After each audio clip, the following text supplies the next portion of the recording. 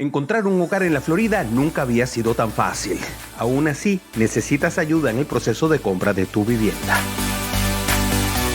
Para que empieces a construir tu futuro sintiéndote apoyado. Si de bienes raíces se trata, recuerda que hay una gran opción poniéndole corazón. Rosy Guzmán, Realtor venezolana en la Florida. Apreciadas amigas y amigos, el tema del estado Amazonas es enormemente amplio y complejo y abarca muchísimos conceptos, como hemos señalado en los dos programas anteriores. La geopolítica, los valores socioculturales autóctonos, el carácter fronterizo y, por supuesto, la presencia de ese inmenso océano verde y la presencia, por supuesto, de ese atractivo lamentable que significa la minería. Para hablar de este tema y de otros que iremos tocando, porque insisto en que el estado Amazonas requiere una presentación amplia y detallada de muchos de sus aspectos que son preocupantes para el país. Bueno, hemos invitado a Luis Betancur, un investigador de derechos indígenas y ambientales de la Amazonía, en su carácter de director general y fundador del Grupo de Investigaciones de la Amazonía, que se conoce con sus siglas de GRIAM. De manera que dejo con ustedes a Luis Betancur, que nos va a exponer el primero de una serie de muchos temas relacionados con la Amazonía. Saludos, exministro Gabaldón. Muchas gracias por la invitación a este ciclo de entrevistas relacionado con lo que ocurre a nivel socioambiental en el sur de Venezuela. Y en este caso, en esta entrega, vamos a conversar sobre lo que ocurre en el estado Amazonas, que es la jurisdicción donde el Grupo de Investigaciones sobre la Amazonía lleva un trabajo de investigación sobre esta región. Para poner un poco en contexto, la situación de la minería en el estado Amazonas data desde hace mucho tiempo, desde al menos finales de la década de los 80 del siglo pasado, cuando fue esa primera invasión garimpeira en la zona del Alto Orinoco o en las cabeceras del río Orinoco, generando severos impactos sociales a los pueblos indígenas de la Amazonía y, por supuesto, ambientales a todos estos frágiles ecosistemas que conforman la región. Para la época, los gobiernos, preocupados y presionados por la sociedad, iniciaron una etapa de legislatura sobre el regular esta actividad en la región. Uno de esos productos fue el decreto 269, que prohíbe todo tipo de minería metálica en el estado Amazonas. Ese decreto, a pesar de haber sufrido ciertas modificaciones, su texto y su espíritu en la actualidad está en plena vigencia. Pero lamentablemente los actores del estado, a quienes les corresponde ejercer la ley o garantizar la ley, han hecho poco caso al contenido de este decreto. Por supuesto, aparte de lo dispuesto en nuestra Constitución Nacional acerca de la fragilidad y la importancia que tiene todos estos territorios amazónicos, toda la Orinoquía, toda la Guayana y toda la vulnerabilidad social que tienen los pueblos indígenas de nuestra región, por lo cual deberían tener en la actualidad una postura, una actitud, digamos, de mayor conservación o de mayor contundencia en cuanto a combatir todo tipo de actividades degradantes de las selvas amazónicas, de los bosques húmedos tropicales, de nuestro río más importante y, por supuesto, de respeto y garantía a los derechos humanos de los pueblos indígenas de la región. Si a finales de los 80 se trataba de una minería ilegal focalizada en la zona del Alto Orinoco y ejercida por grupos garimpeiros, lamentablemente la situación que vive hoy Amazonas es distinta. Es distinta porque la minería en esta ocasión se ejerce en los 7 municipios del estado Amazonas y además por distintos actores, no solamente por garimpeiros, sino por otros grupos irregulares armados provenientes de Colombia, por grupos paraestatales, por particulares, de tal manera que los impactos que se están generando en la actualidad son mucho mayores que en los años 80. Y hay que sumarle también que el gobierno en la actualidad ha mostrado muy poca preocupación, por decir ninguna, por esto que está ocurriendo en el estado de Amazonas a nivel ambiental y a nivel sociocultural.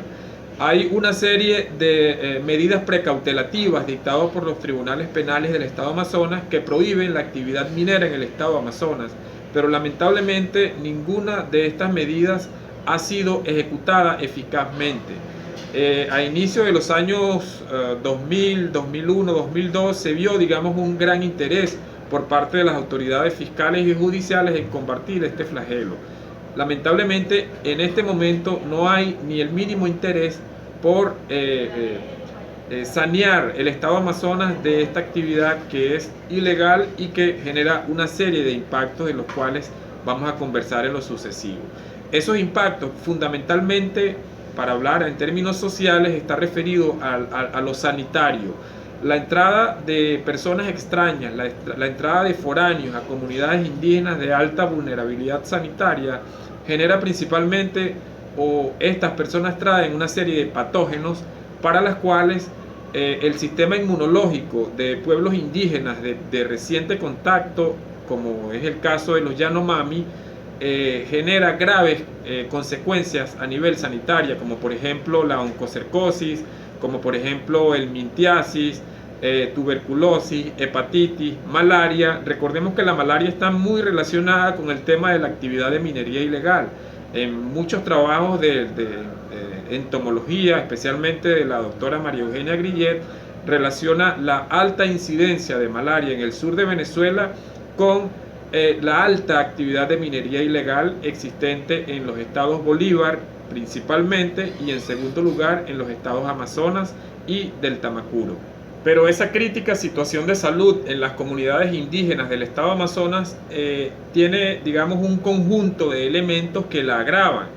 Principalmente la situación de minería ilegal y la presencia de extraños en estas comunidades, pero también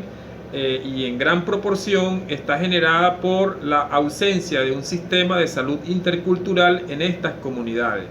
Lamentablemente en la zona del Alto Orinoco, en Manapiare, Río Negro, en fin, en los 7 municipios del Alto Orinoco, el sistema de salud es precario, y en algunos, como en el Alto Orinoco específicamente, en los territorios Yanomami, es inexistente. Esto, por supuesto, indica el grado alto de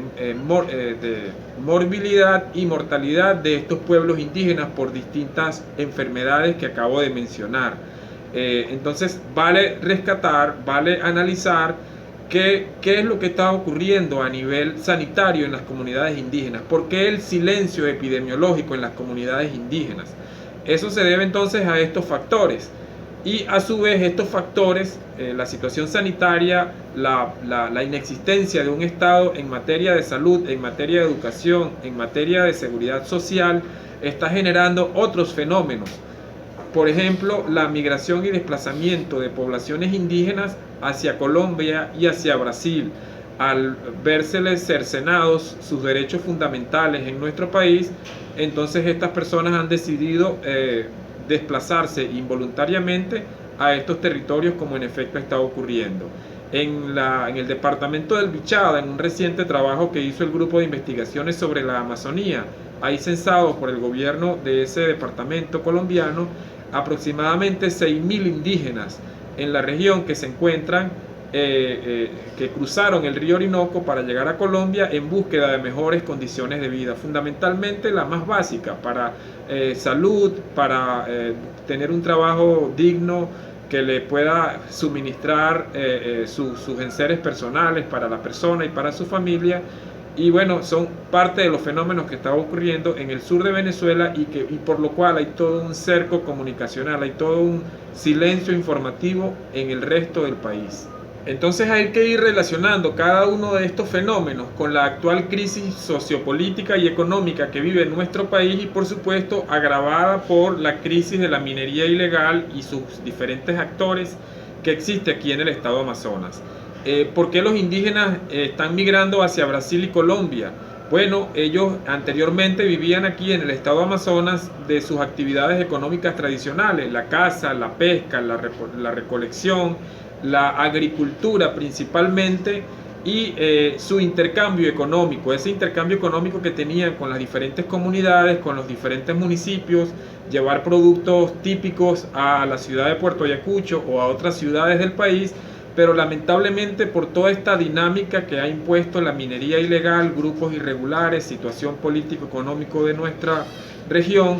se les ha sido imposible costear la situación del combustible para el traslado de estos productos desde sus remotas comunidades hasta las principales ciudades de el estado Amazonas y del país. Esta razón, por supuesto, les ha mermado su situación socioeconómica, por lo cual en gran medida han tenido que irse desplazando a otros territorios que les sean mejor económicamente y bueno, que sirva de sustento para sus necesidades básicas, personales y familiares. Entonces, para ir concluyendo y recordar que la semana pasada fue el Día Internacional de los Pueblos Indígenas, lamentablemente el Estado venezolano está en franca mora con todo lo que tiene que ver con los derechos humanos de los pueblos indígenas de la Amazonía venezolana. Hay mora en el área de educación intercultural bilingüe, en el área de salud intercultural, en el área de la demarcación de tierras y hábitat indígenas, mora en el área de la jurisdicción especial indígena y generalmente o a nivel general, en términos generales, mora en todo lo que tiene que ver con los derechos humanos de los pueblos indígenas y la defensa o la garantía constitucional y legal que deben tenérsele a los territorios indígenas. Hay que recordar que para los territorios indígenas o el territorio indígena es un elemento fundamental a través de la cual ellos pueden materializar todos sus demás derechos. Y si se les está cercenando este derecho de sus tierras por una serie de actividades degradantes, también se les está cercenando su identidad. Apreciadas amigas, damos las gracias a Luis Betancur por su importante intervención donde nos ha detallado aspectos muy sensitivos y muy delicados de cosas que están ocurriendo en el estado Amazonas. Como siempre, les doy las gracias solicitándole la contribución en la divulgación de estos contenidos